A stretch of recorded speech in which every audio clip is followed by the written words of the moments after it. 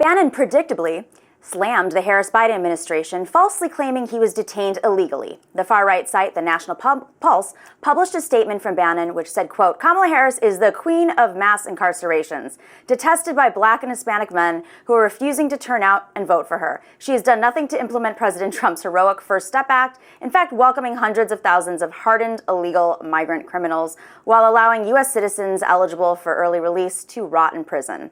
To discuss further, we have Benjamin Teitelbaum, author of War for Eternity, a great book, inside Bannon's far-right circle of global power brokers. Welcome to Rising, Ben.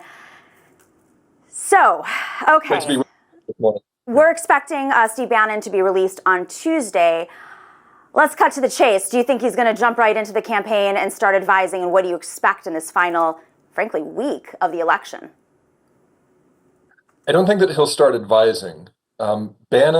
His tools, you could say, of influence have always been networking and communicating.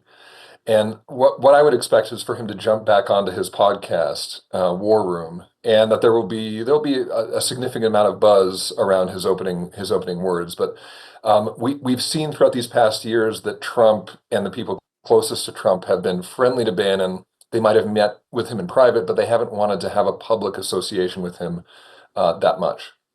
And what is the reason for that? I mean, I know that there was some bad blood after the first Trump administration.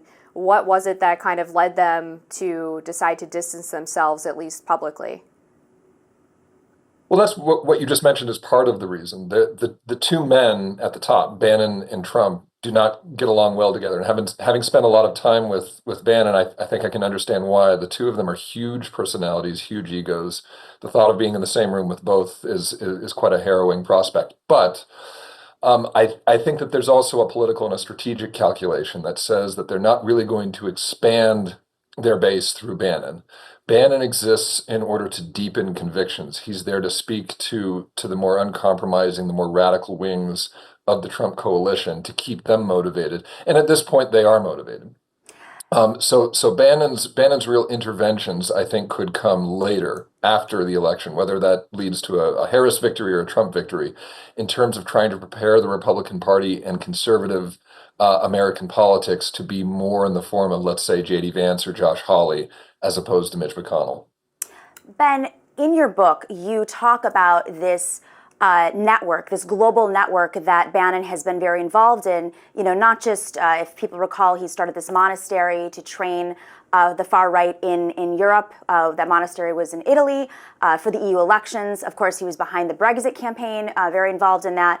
But beyond that, what I find really fascinating about the book is you get into the psychology and some of the spiritual aspects of what informs Steve Bannon in this global coalition. So right now we're seeing reports almost daily about how Russia and other foreign adversaries are influencing our elections in different ways through misinformation.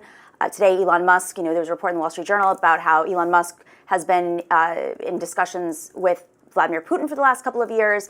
Can you give us a sense about what his role is right now, especially since he's been in prison, in this sort of global coalition to back MAGA, I'll say, not even Donald Trump, just MAGA in general?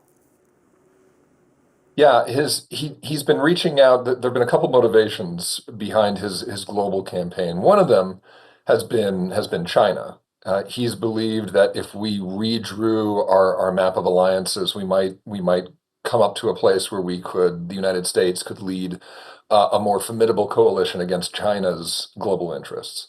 The other part of this has been, though, that he has also wanted to see the United States withdraw from its role as a sort of global police, as he would put it, a global police force, and also to not see the dollar be the currency of the world, because he doesn't think that serves the United States. And so he's been working on these campaigns for a long time. The problem is this, though, Nomiki, is that I think he underestimated it, is that some of his allies in Europe in particular have not had the same analysis that he has had of Russia. He is basically, and I've had a number of conversations with him about this, and I've quoted it in my book, he basically thinks that Russia is a Western nationalist Christian state, very much in the model of Europe, and therefore that Europe ought to be in some sort of alliance with Russia. Much of Europe, including much of the far right in Europe, does not agree with that analysis. And when the Ukraine war came about, we saw a split take place there. So that was a sort of deep-seated problem with his plan. The other part of this, though, is also that Russia and China are close. They've gotten closer. This alignment between China, Russia, North Korea, and Iran has only deepened. And so that global campaign, kind of the way that he had set the table for himself, has been scrambled. It was scrambling before he went into prison. It's happened more since in these past 4 months.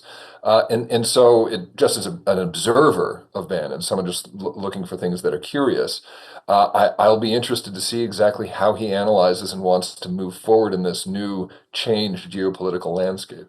Just going back to domestic politics for a moment, what is Steve Bannon's thought process on Trump's choice of J.D. Vance to be his running mate? There were obviously more sort of traditional establishment Republicans that were being floated, like Tim Scott, for example. And then Trump angered a lot of the establishment Republican Party by choosing J.D. Vance. Does Steve Bannon sort of see him as a potential torch carrier for MAGA beyond Trump? Oh, absolutely. I mean, that's the thing is I was asking myself, how is he going to react to the scene when he exits domestically? I think J.D. Vance is going to be the thing that excites him the most. He was worried, and he said this to me. He said it to other reporters that one of his biggest concerns was Donald Trump himself and Trump's tendencies toward moderation, his tendencies toward equivocating, to negotiating, to simply being influenced by the last person who was in his ear.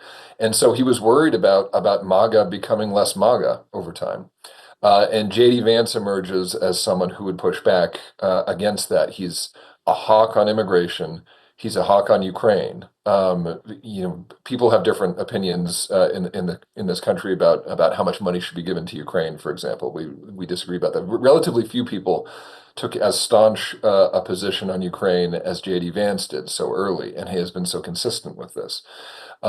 So Bannon will be thrilled with that. I think he'll also be thrilled with the way that Vance performed in this campaign. He had a rocky start, no doubt. His negatives are very, very high, no doubt, but he performed quite well in the VP debate. And that surely is going to boost enthusiasm for Vance within the Republican Party, and that's what Bannon cares about more. That's more his strategy. It's not about building broad coalitions. It's about deepening the convictions among the faithful. And so yes, that's where a future for Vance would come in.